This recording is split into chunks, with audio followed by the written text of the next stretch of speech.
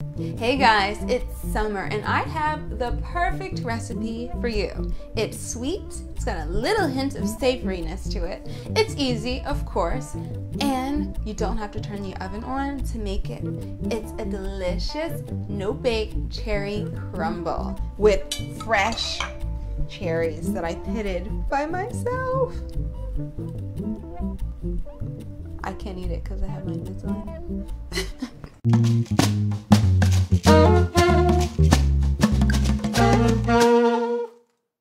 Since they're in season, I really highly recommend using fresh cherries.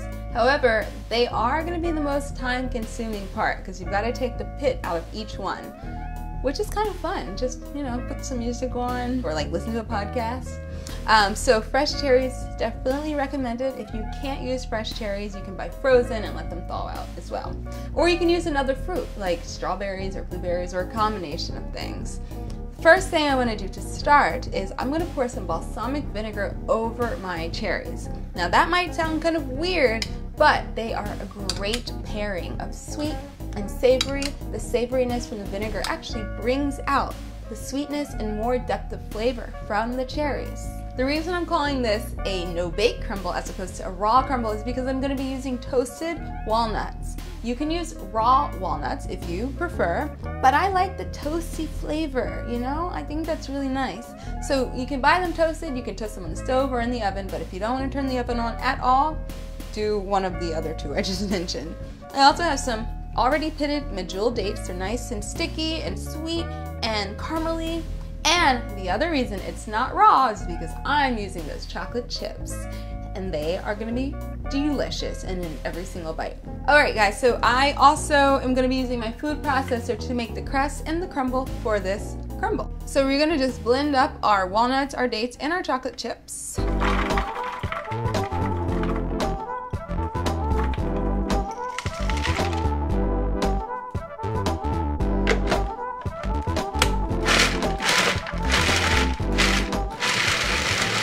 I'm gonna take out some of my crumble early when it's still got that nice texture that I want for the top. The bottom, it needs to be blended a little bit more so it can stick in my pan, but the top, I want it nice and crumbly. So let's just take out about a third of what we've got in here. I'm gonna save this for later.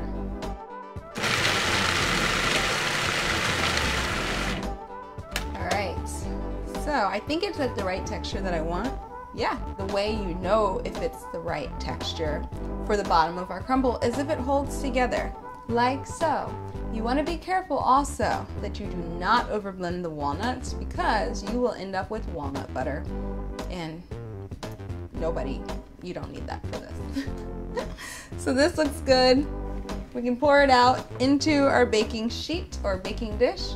Press it, press it, press it, add our cherries, add our topping, and we're good to go.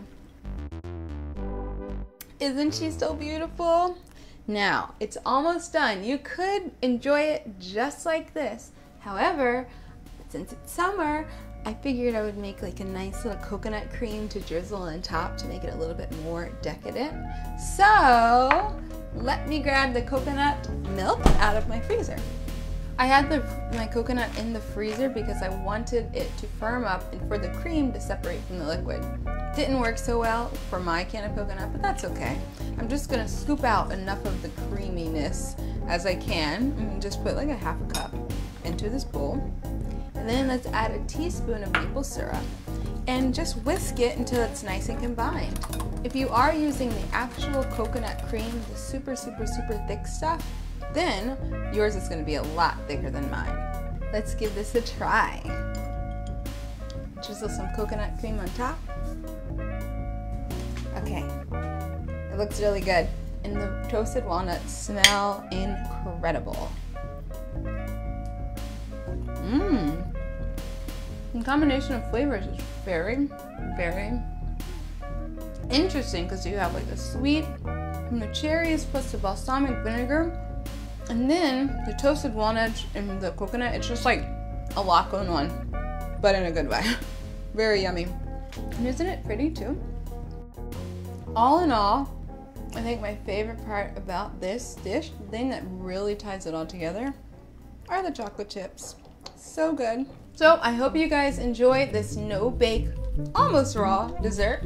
Again, if you want it 100% raw, more power to you. Go ahead and use those raw walnuts. And don't use chocolate chips because they're not raw.